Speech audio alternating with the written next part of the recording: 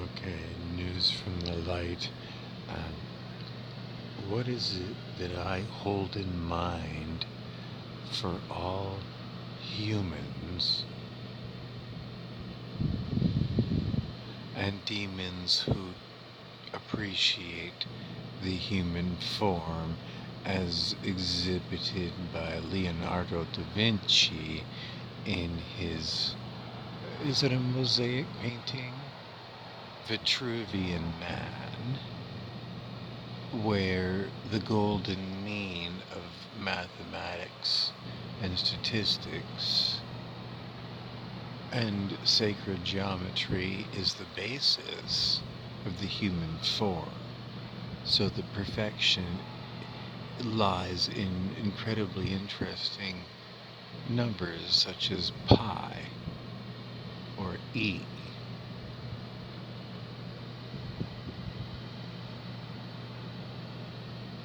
So that's what I hold in mind for those people, that they have access to Leonardo's Vitruvian Man as the basic template for a human form that is of a perfection of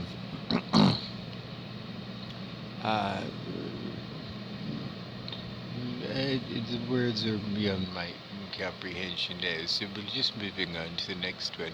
So, in essence, then, what I'm holding out for you is the basic form would be an Olympic athlete form. So, an Olympic swimmer or an Olympic gymnast traditionally, because those would be sports that they would have way back in ancient Greece.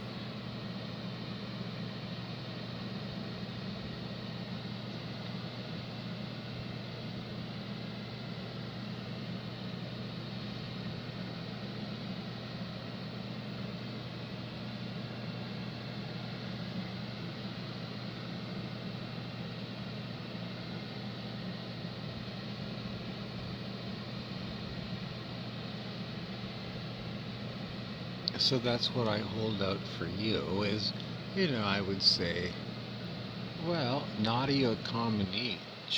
I'm usually thinking like an 18-year-old body, but Nadia Comaneci was in the Olympics, and she was from Russia, and I think she was maybe 12 or 13 years old when she was in the World Olympics. And she won the gold medal. So,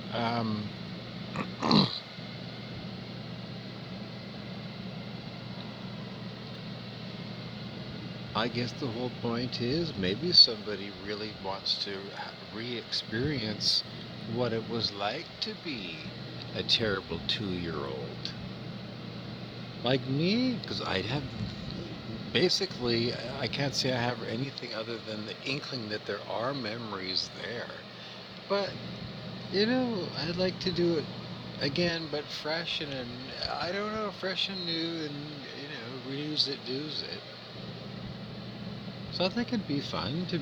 I do have there are some photographs of me when I was super tiny in like little onesie snowsuits, where I was so small I was like the snow banks were taller than I am in Thunder Bay. Out at Shabandoan Lake in the winter time, the only way you can get into the cottage is by snowmobile, and they did have snowmobiles. And the most magical ride of all was in winter time, and it'd be pitch black, way 60 miles away west of Thunder Bay, in what they call the bush, just forested areas and lakes. And in the winter time, there was a highway that went out there, but then the summertime road hadn't been plowed. The only way to get in for a little tyke like me, was a snowmobile that had a trailer on it. And this was a big deal back in those days in the 1960s. Canadian company Bombardier made snowmobiles, and then various other manufacturers made them as well. Polaris, Arctic Cat,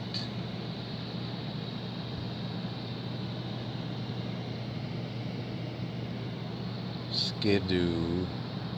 That was Bombardier. I think Bombardier's brand was Skidoo. And they were cool. They ran on gasoline, and they had a small gasoline engine on them. 12 horsepower or 50 and 15 horsepower were the ones that I remember they had back in those days. That would have been like, I was so small in those pictures.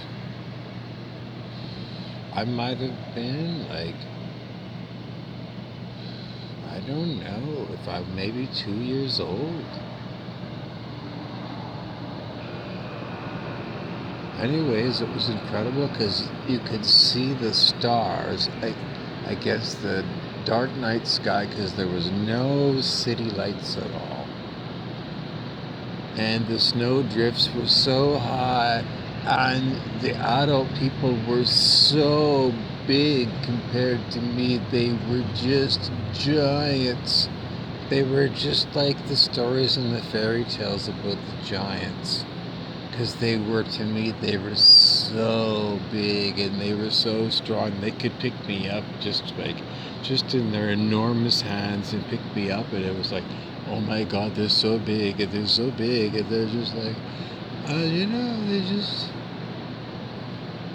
I don't know. And then the air was so crisp and clean. It was like the most beautiful, clean. The air was just rejuvenating, and it was the best air.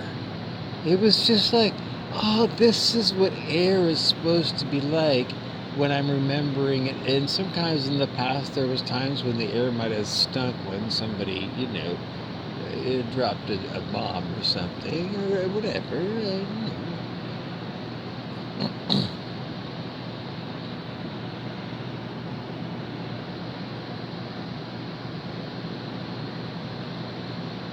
So anyhow, I do recommend that you do go out. The current time, local time, is 3:15 a.m., 3:15 in the morning, and it's quite cool, but we are looking up at the sky, and we're focusing on the Big Dipper, and that's the direction of the Big Dipper from where I am.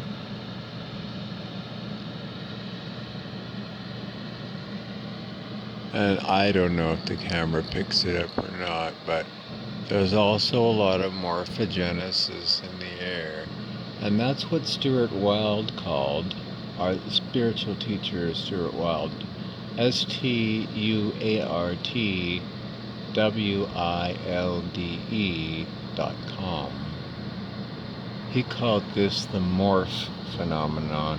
And he said it's kind of like dry rain in the air. It's not wet at all, but if you look at it, it's like the light it's just a light phenomenon. And then it becomes debatable, scientifically, is it just because it's a low light phenomenon and your rods and cones aren't quite up to snuff? Well, that's the scientific theory, and we don't always want to play with just one theory, because sometimes when you look at these things in a certain state of mind or a certain way the light is, it just like those scientific theories, whatever they are, you put them aside because you just start looking at the patterns of the light. And sometimes you see, like ancient people looked up at the sky, and they did see a dipper, a water dipping instrument, the Big Dipper. And you look up there, you can definitely see that that's what that thing could be used for, and it's a pattern of stars in the sky. And then I try and understand from any perspective at all what on earth the flat earth people would tell me about that. And I think they'd say that somehow that's a projection and those aren't really stars. But then what difference would it make whether they were stars or not? Like, why reduce them to just being holographic projections? Because that means that if they're not real as light, then what makes us real as light?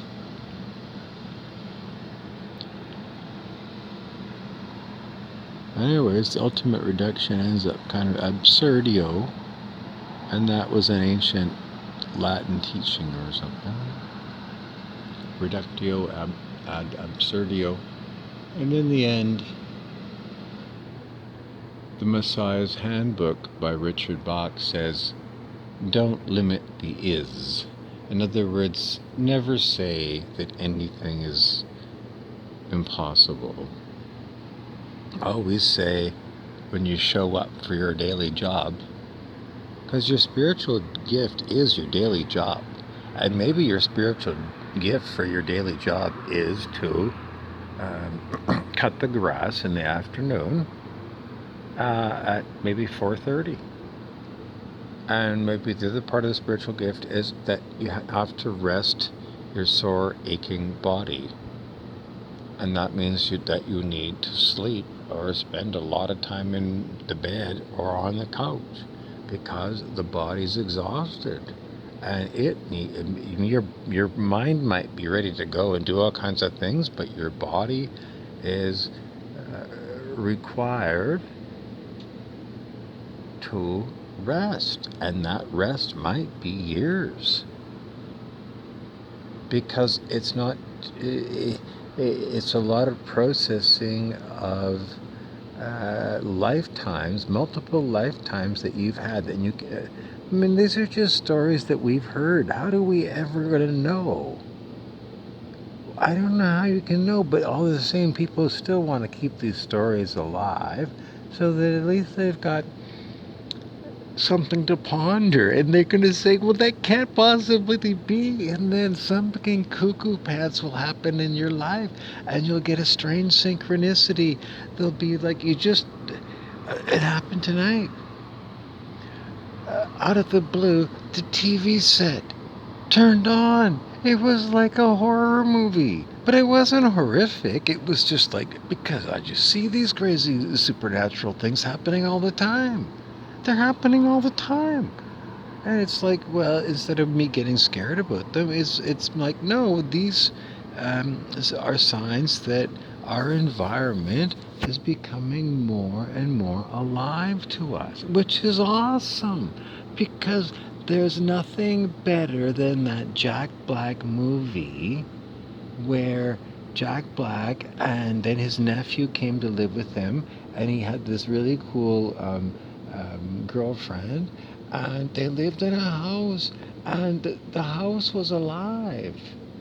Like they had personalities. Like the organ was alive, and the organ was like, because that's the way that Jacob Being says that things really are, and we're quite often under a hypnotism that things aren't, because there's a lot of very interesting but very long-winded games of 1,000-yard stare. It's Clint Eastwood contest day, and it lasts for like 10,000 years, because at some point it was probably Marvin Barnes who said that there's such a thing as a 10,000-yard stare. Or maybe it was Hector Dougal. But I think we all get that at a certain age. And they said that people that had wartime experience at maybe age 19, they, they would age in the way their eyes would be. Because they would always be like Clint Eastwood in The Good, the Bad, and the Ugly. And that's who had that 10,000 yard stare. It's in Battlestar Galactica. It's Colonel Saul Tigh, Michael Hogan. Saul Tigh is. He is. It turns out that in the end, spoiler alert, Saul Tigh is actually an android. And the thing, until he discovers is that he is actually a robot, the thing that he cherishes most of all about his life as a military officer, a commander, is his own humanity. Because he really thought he was a biological human and that biological humans were superior to android copies. And he cherishes his humanity so much because he feels like somehow it's got gods in it. Because they talk about their gods, and it's like there's something bigger than us going on in Battlestar Galactica.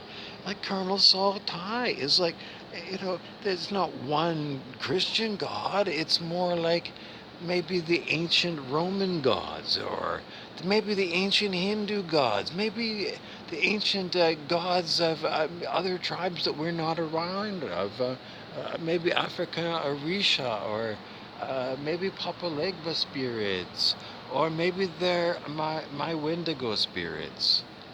Why do we call them Wendigo spirits? Because I have had interactions with cannibal spirits that were earthbound spirits, according to the commentary that I was getting from the devils in those days, and to this day they still confirm that I did have the most unbelievable supernatural experiences just north of Fort Francis, Ontario, in my red Mustang convertible that another time the great beast Aleister Crowley came to visit me just before their car was destroyed, when there was a psychic battle between forces of various factions of what we would call organized darkness, but they're very disorganized, and sometimes they get into turf battles like the Crips and the Bloods would in the classic ideas of bad hoods in Compton or something around Los Angeles, California. The projects in Chicago, Illinois, where the gangs in New York are in New York in that movie, or some rough spot where Matt Damon and Ben Affleck were in Boston, the roughest part of Thunder Bay.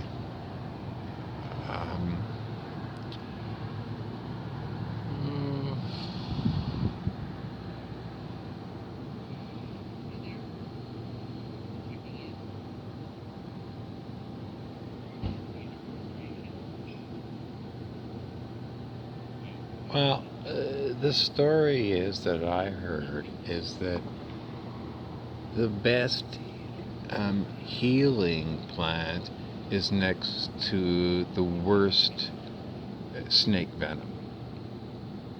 In other words, if you do get bit by a snake, within arm's reach or within your ability to psychically will or to psychically let go and let the universe do it for you, the healing that you require is always there.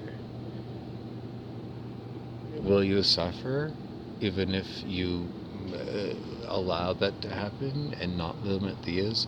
Oh, good God. Well, now you've learned my life lesson that even when you put these positive affirmations into your heart and into your will and ever, and you put it all out for everyone else to have the most perfect enlightenment experiences, with the caveat that I do not want any Texas chainsaw massacre happening to sentient beings, which means that I insist that people stop eating meat and stop having sexual pleasures that include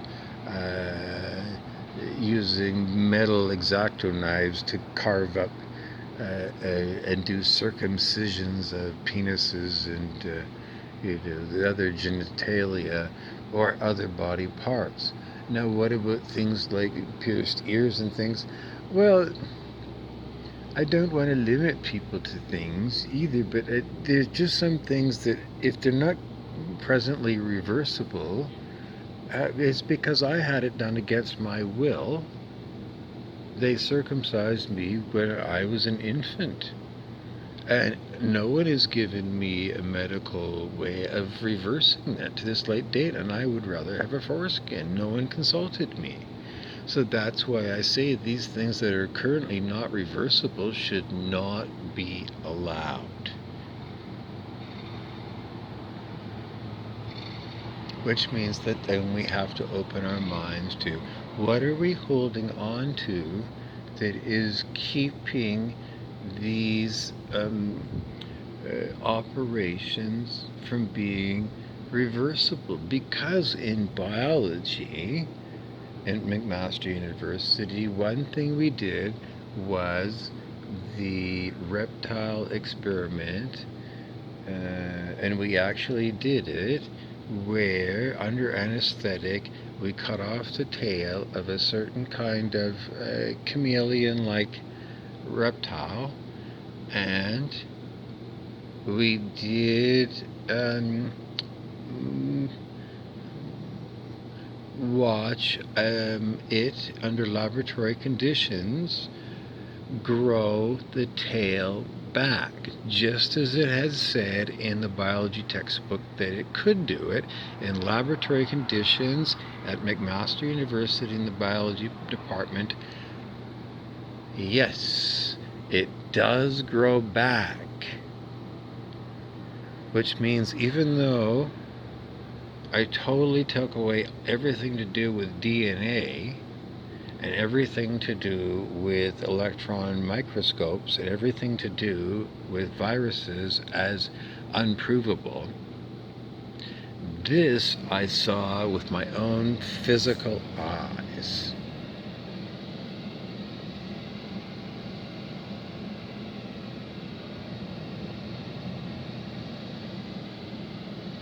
Now, we might have used light, magnifying glasses, but it would be glass based. It wouldn't be electronic at all.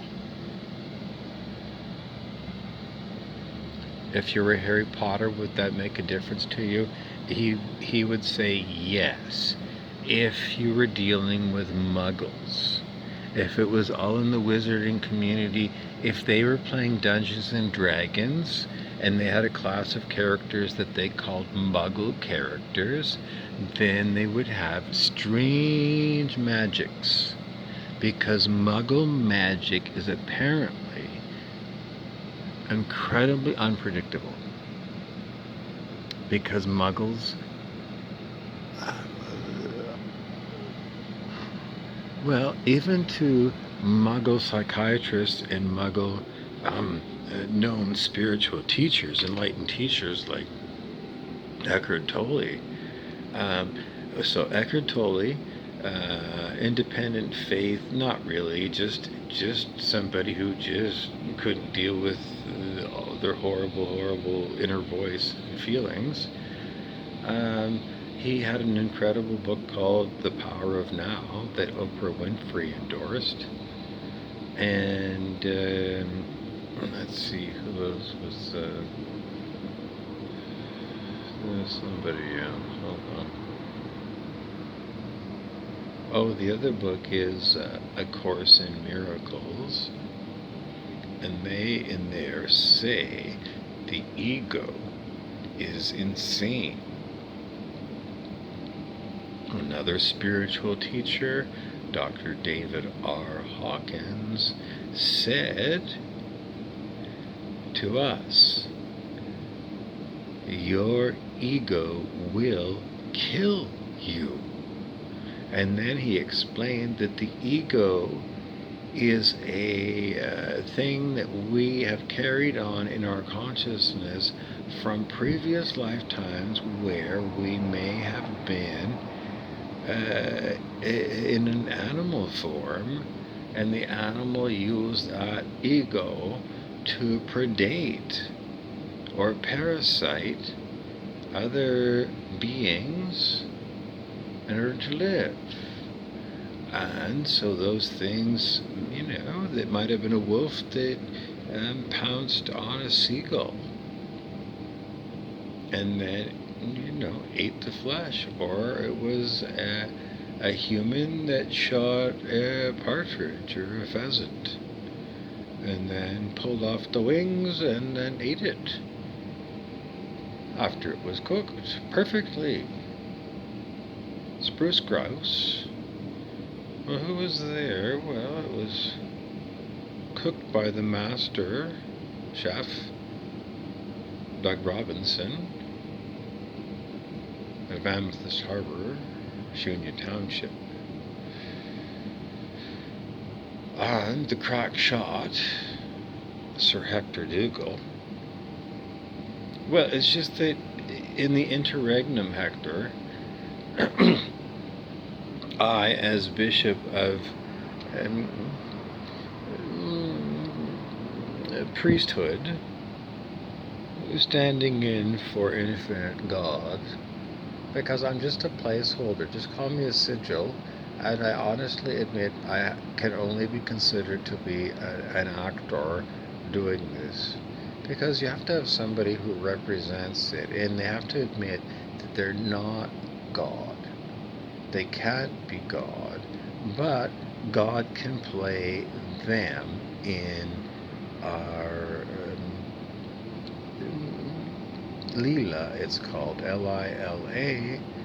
That is in Hindu. Sanskrit is the actual ancient language predecessor to Hindi in ancient times.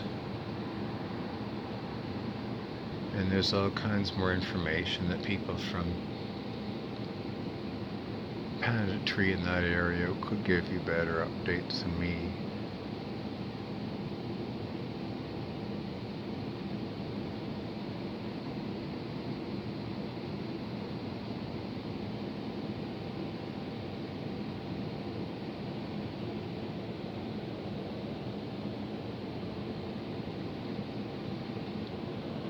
So God's divine Lila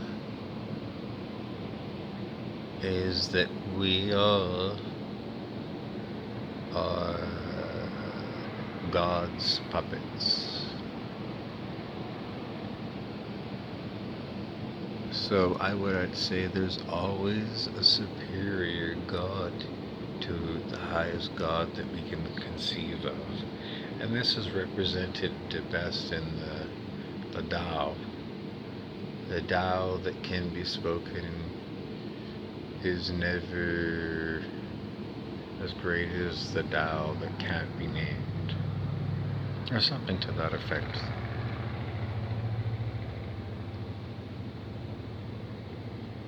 Which simply says, as big and open-minded as we can think of as to the world of possibilities and impossibilities, that even if we close our mind to the idea, then we always hold on to the idea that if we just become so small that we can hide away from superior intelligence, it just laughs at us, because it gives us these ideas for us to play with, and then it becomes kind of a game of cat and mouse as to who intended us to have cat and mouse going on. You did, because you're a superior intelligence, and then superior intelligence comes through one or two of you in your conversation that says you shouldn't do that because you're giving away your power to create your own reality to a source outside of you, and it's actually false because you can't do that. But that's called ego projection in Psychology 101, which is an ego protection measure. It doesn't want to own some error that it made. And everyone knows, well, at least in my world, that rare it is to find an ego that doesn't make any kind of mistake. But sometimes there's savants who might never make a mistake at all in a certain field of study. And at this particular time, I don't know if you can see that or not, but the time was 337, and that is the higher self number for what in lower self language is known as Brant Beeson Atkinson crime family and associates. But the higher self version of that is 337, which would be Masonic traditional place where one gets an honorary degree which lets them leave the sanctum of Christian faith and enter into the dictum that one who enters into this hall has now abandoned hope and gone into the Gehenna, the underworld, where only the devils are allowed to pass. And therefore one must assume that one is a devil to be there, and one must be prepared to devil. And then the question becomes, well then, what was the point of going there? And the story is simply that in the Christian Bible it said that after Jesus died on the cross, that he went down to an underworld. And then other Christian stories say that the reason he went down there was because he was a master teacher. And in the underworld, it was felt that they needed an advanced teacher, and they would have had definitely many advanced teachers, but they would want somebody who had just performed a universal miracle with the resurrection, and that was part of the play, and part of it was he went down there and he actually preached to them and gave them spiritual tips and things that just were like gifts, and just to show up to say that even in the darkest places, Jesus Christ is not afraid to go there.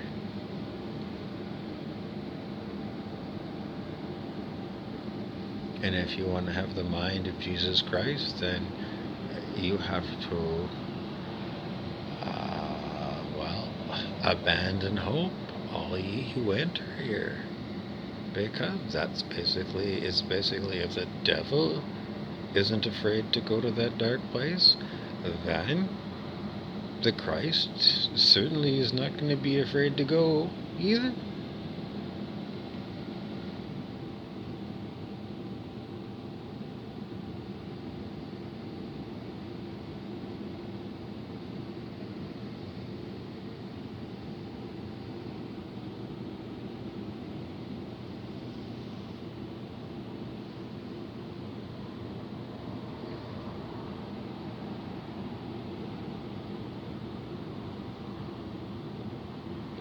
The recommended book for the next step in understanding where we're going is going to be by the author Joel S. Goldsmith.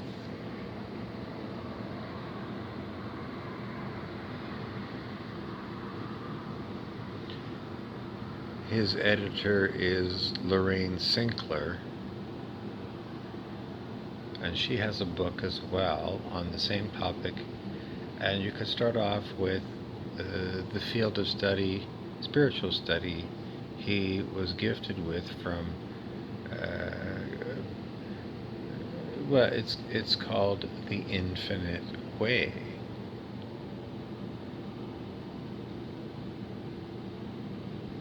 So you can go and get yourself a copy of The Infinite Way by I would say normally Joel F. No, sorry, this is horrible. So I will just, it's easier to Joel S.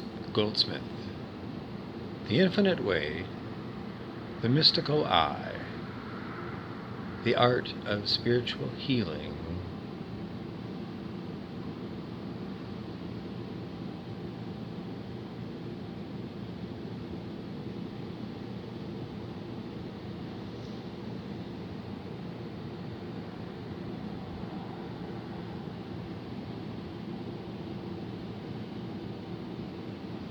Yogananda disciple J. Donald Walters, Self-Realization Fellowship.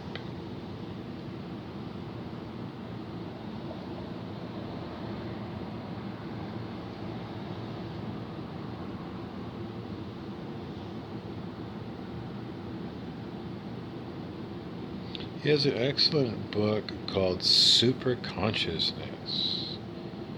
Love that book.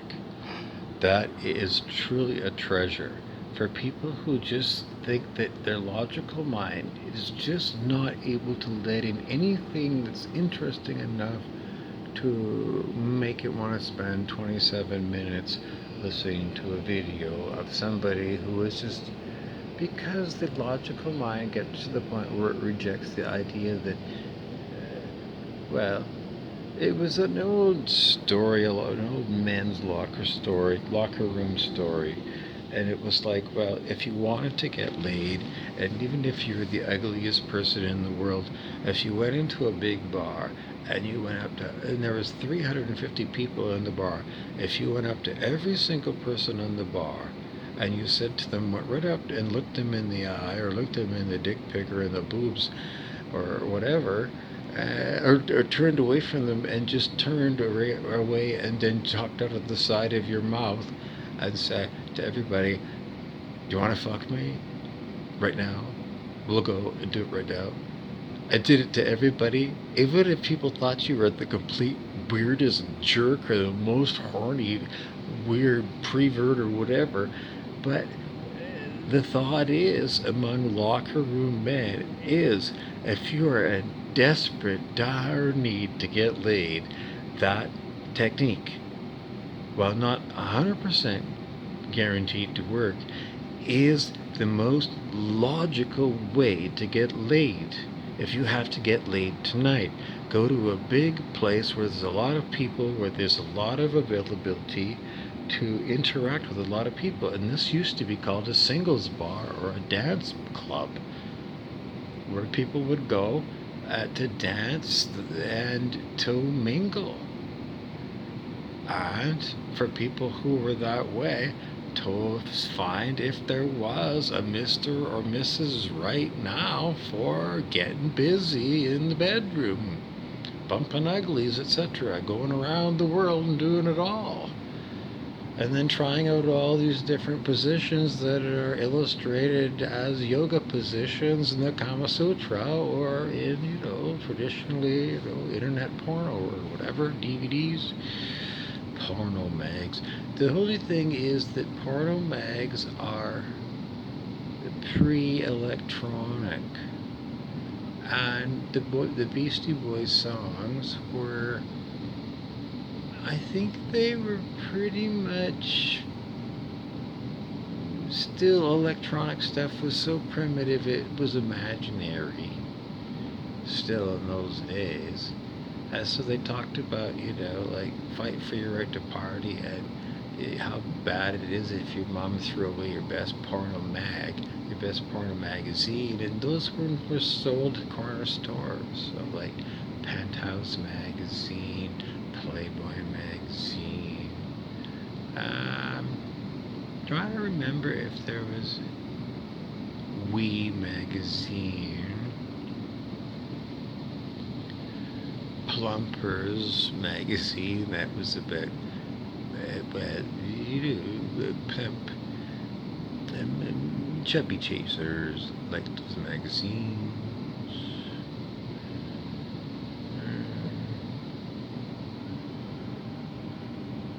Anyways, the general category was, naked people that were showing off their naked things and all the little bits that have, special, you things that they do in certain ways that usually, in pretty much every legal space. And well, I don't know, they just, you just can't go around, well, I don't know. You're not supposed to, if you got on a city bus, you're not supposed to open up your porno mag and read your porno mag, like on the subway.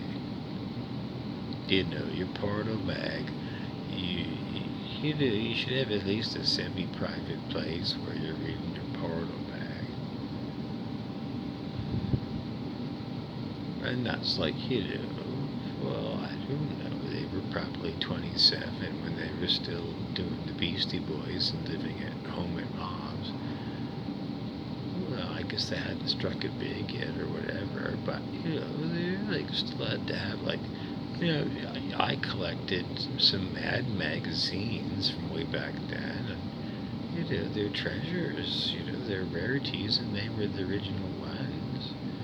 And so if you collect, other people collect Superman comics, and oh my God, if I think of the number of old comics that were like called Women's Day magazine or Family Circus, Family Circle, or old catalogs from Canada's Eaton's department store, or Sears, or Simpson Sears, or Consumers Distributing.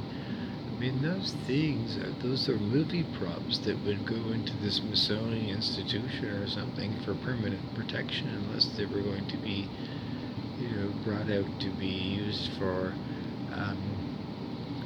well, if you were going to be doing training for, what do you call that when you get like an old watch and you put the old watch in your hand and you feel the old watch, and people say, well, then you can get memories from it.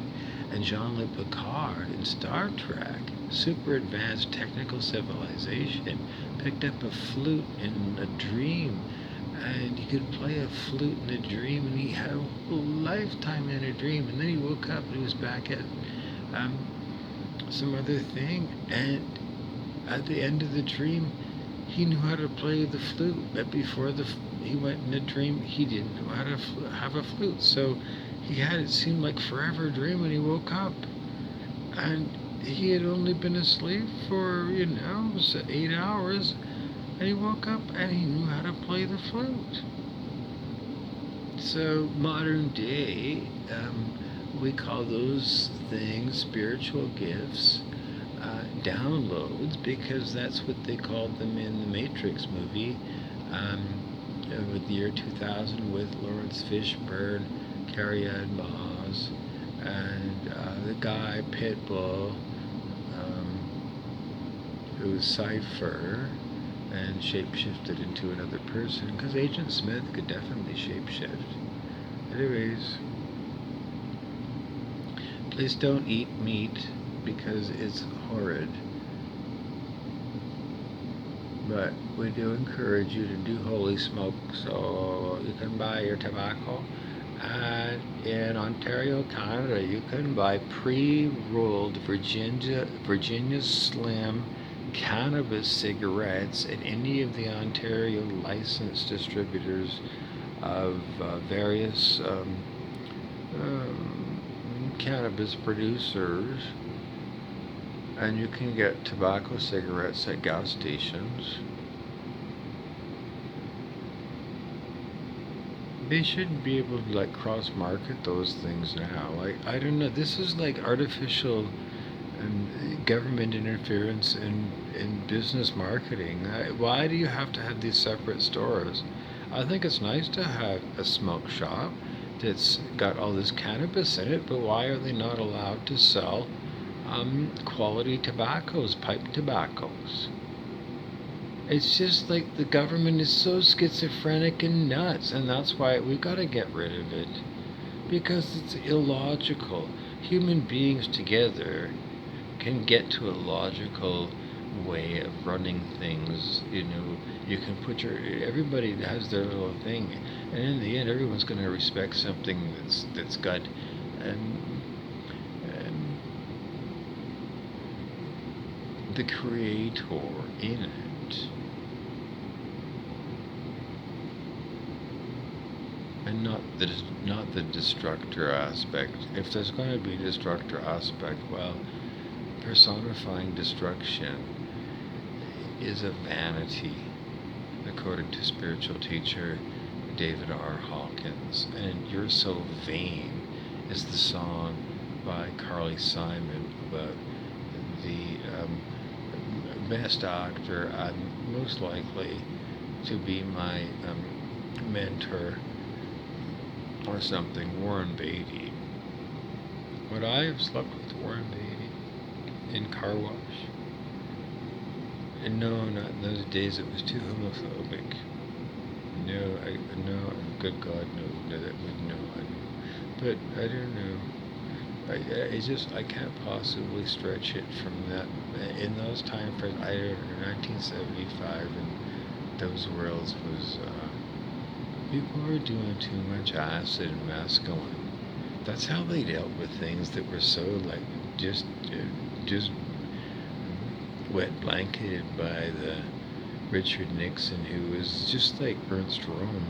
Ernst Röhm was a homosexual, insane, violent, vicious man in Nazi Germany, and he rose quite high to power in one faction of the Nazis called the Brown Shirts. I don't know why they said he was queer. I don't know.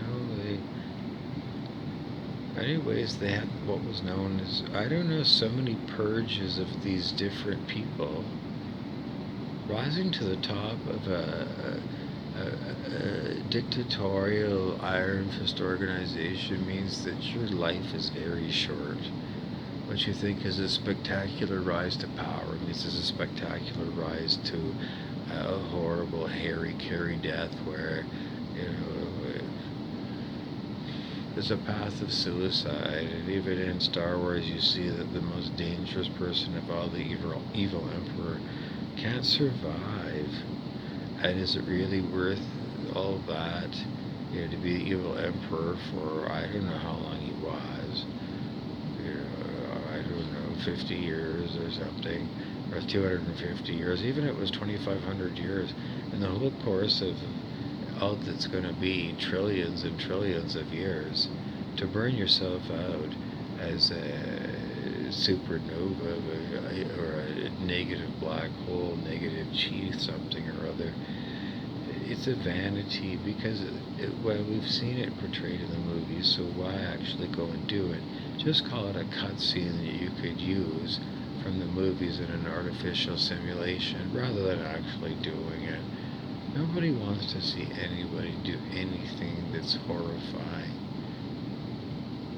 to someone who has been already tortured too much. I don't want to tell anybody other than please understand what I hold in mind for everybody is just to wake up and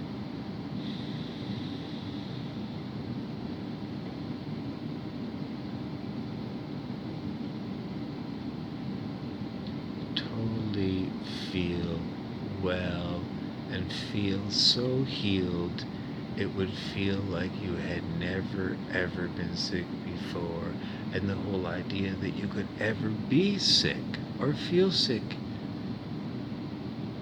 was absurd, and yet you still know that you did experience in the past a time when, before something shifted permanently, you lived in a hell world where people actually were sick and actually experienced death.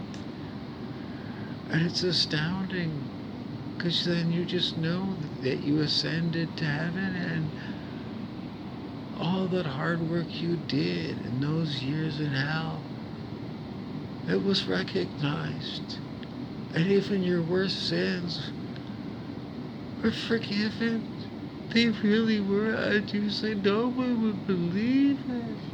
And you knew it would happen, but still you look back and say, well, I still look back as, even if I said I want to believe, given what I did, the most horrific things come to mind, especially in the movies that I watched, that might have been like true crime movies that were just like Jeffrey Dahmer or the Billionaires Boys Club, and forever scarred by the idea that people, and 8 billion people on a planet and all these other stars and planets after you watch Star Trek is like interstellar monsters like Jack the Ripper that you learn in Star Trek the original series. Is like everything is like a horror movie. So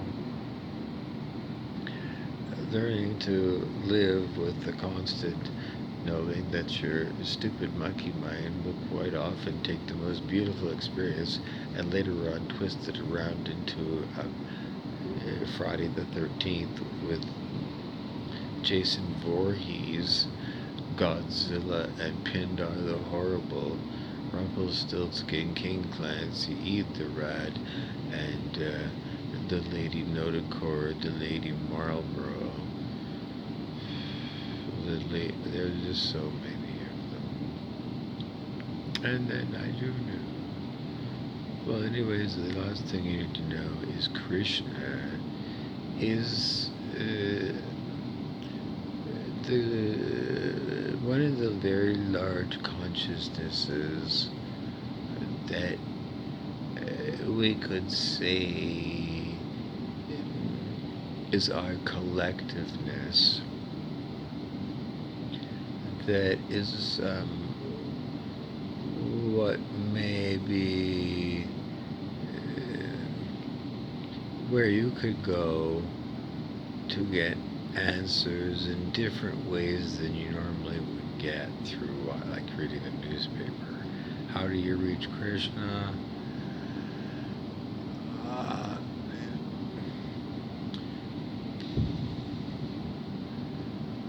Well, Krishna came to me. I didn't go to Krishna. Krishna announced. So I don't know why I didn't expect Krishna to come. I didn't expect Aleister Crowley to come either. The last thing I ever expected was to see Osho after he had been reported dead for, I don't know, 15 years, for Osho to drive by in a Rolls Royce. All kinds of strange things I've seen. Everything is, well, Mary Baker Eddy's book from about 1895 is a classic spiritual textbook that's very comforting to people who are seeing paranormal things. So it's Mary Baker Eddy, and it's called Science and Health with Key to the Scriptures. And it's truly an ambulance for people who are having spiritual emergencies. It's you in the ambulance when the ambulance has got its lights on and it's nighttime. It's 4 a.m., so it's not using a siren, but the lights are flashing and it's not going like zoom at 60 miles an hour. It's going at normal speed down the road, but it's there letting you know that you're in the ambulance, and because you're feeling like you're not sure if you want to go to the hospital or not, but you don't want to stay at home, so you think the ambulance people said, okay, we're going to take you on the stretcher in the ambulance with lights on, and we're going to drive. Maybe we'll drive towards the hospital and see how you feel as we drive towards the hospital, and see if you feel like you want to go. Maybe you're going to say, I don't want to go right now, and then we'll make a right turn and we'll go drive down Oliver Road, and then we'll take you for a bit of a drive more towards Lake Superior, and maybe the energy will change, and it always does when you move around town in Thunder Bay. And maybe if you get closer to the lake, it'll be more suitable for helping you balance your chakras. Because that's what you do when you go for a drive around town for no particular reason. It's just Your intuition will bring you here, there, and everywhere, where places that will help you balance your chakras. Why do you need to balance your chakras every day? Because we live in an ascending planet where there's a lot of strange events and strange energies and things that might make you feel rather tired or give you a headache that are related to your chakras. And it's not your fault if you're having chakras imbalances. It's actually a sign that you're aware that there's strange earth changes going on as part of changes in consciousness, which in the long run is better off for us bringing heaven on earth here. But in the short run, during this lifetime, it brings strange events, unpredictable things. And in the end, the spiritual teachings are to try and observe things without undue emotion, but don't suppress emotion that comes up, but witness things and pay attention to others, and be kind to your body. And the biggest thing to remember is be sure to drink lots of water and get lots of rest, and don't push your body. If you feel tired, let go of you controlling the body, and the body might want to go and push through some tired feelings and really try and show, well, from your perspective, that it's willing to push through very difficult circumstances, even physical exhaustions, because you've let go of it, and you didn't tell it to do it; it just did, or maybe somebody else tells it what to do. But in the end, the body's being freed from your control, which allows you to rise in consciousness to higher consciousness and angelic, where you're not controlling others, but you are available to assist them. It's always wise to empower the Dakini, according to Celestine Prophecy author James Redfield. That's all for now.